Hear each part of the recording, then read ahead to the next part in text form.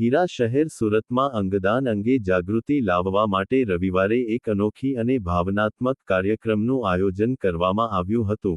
20 વર્ષથી અંગદાનના ક્ષેત્રમાં અગ્રણી સંસ્થા ડોનેટ લાઇફે આ વખતે પતંગો દ્વારા શહેરના રહેવાસીઓને એક ગહન સંદેશ આપ્યો.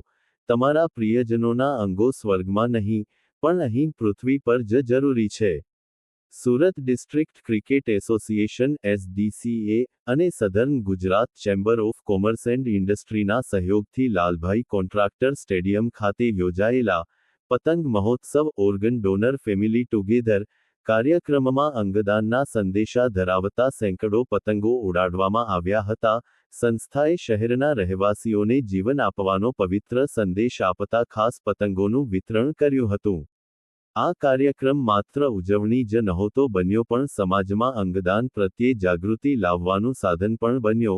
આ કાર્યક્રમનો સૌથી ભાવનાત્મક અને રોમાંચક ક્ષણ ત્યારે આવ્યો જ્યારે હાથ પ્રત્યારોપણ દ્વારા જીવનનો નવો માર્ગ મેળવનારા લાભાર્થીઓ પહોંચ્યા. આ પ્રસંગે અંગદાન કરનારા પરિવારોનું પણ સન્માન કરવામાં આવ્યું.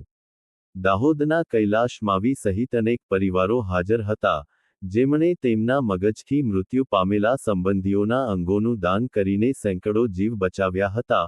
ડોક્ટરો, સામાજિક કાર્યકરો, રાજકારણીઓ અને ઉદ્યોગ જગતના અગ્રણી વ્યક્તિઓએ આ પરિવારો પ્રત્યે કૃતજ્ઞતા વ્યક્ત કરી. આ કાર્યક્રમમાં મોટી સંખ્યામાં લોકો હાજર રહ્યા હતા, જેમાં ભૂતપૂર્વ કેબિનેટ મંત્રી પૂર્ણેશ મોદી, ધારાસભ્યો સંદીપ દેસાઈ, મનુભાઈ પટેલ અને ભારતીય જનતા પાર્ટીના ભૂતપૂર્વ ધારાસભ્ય અને નાયબ વડા અરવિંદ રાણા, ઝંખનાબેન Patel, mayor Dakshesh Mavani, police commissioner Anupamsinh Gehlot અને દક્ષિણ ગુજરાત ચેમ્બર ઓફ કોમર્સના પ્રમુખ નિખિલભાઈ મદ્રાસીનો સમાવેશ થાય છે. બધાએ ડોનેટ લાઇફની પ્રશંસા કરી અને અંગદાનને એક મહાન દાન ગણાવીને લોકોને નોંધણી કરાવવા વિનંતી કરી. આ પતંગોત્સવ માત્ર ઉજવણી નહોતો, પરંતુ એક સંદેશ હતો કે મૃત્યુ પછી પણ જીવન આપી શકાય છે. અંગદાન 8 જેટલા જીવન બચાવી શકે છે.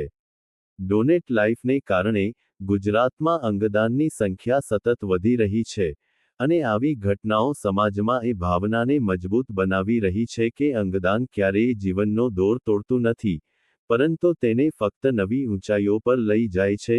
રિપોર્ટર સુનિલ ગાંજાવાલા, અમદાવાદ. દસ્તક 24 ન્યૂઝ.